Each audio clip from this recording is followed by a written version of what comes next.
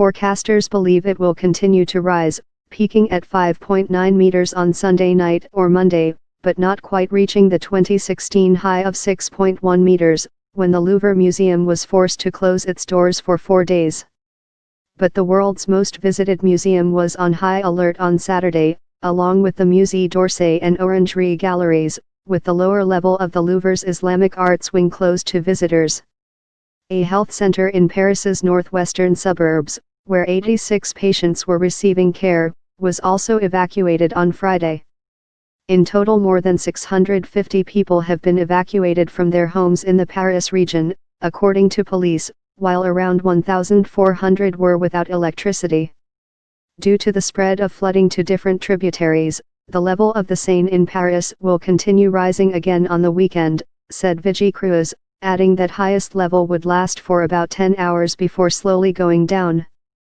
Ducks instead of cars, it's enough to worry. João de Macedo, janitor at a residential building in Paris's upscale 16th arrondissement.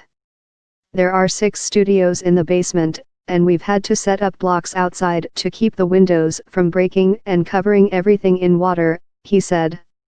Inside the studios, tables and dressers have been lifted off the floor as water seeps through the walls. The December-January period is now the third wettest on record since data collection began in 1900, according to France's Meteorological Service.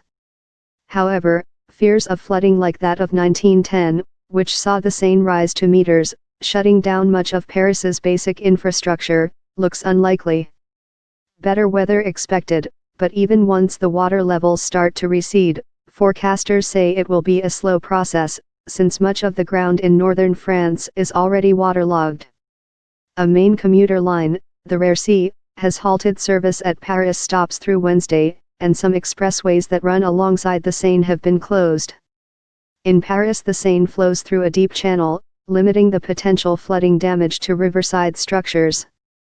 But several areas on the city's outskirts are underwater, such as the southern suburb of Villeneuve-Saint-Georges, where some residents were getting around by boat and dozens have been evacuated from their homes. In the south of France, heavy rains caused a breach in the water supply pipe of a holding tank on an oil platform in La Mede, near Marseille, on Saturday, French giant Total said. Contaminated water, not concentrated crude oil, had leaked, Total said in a statement.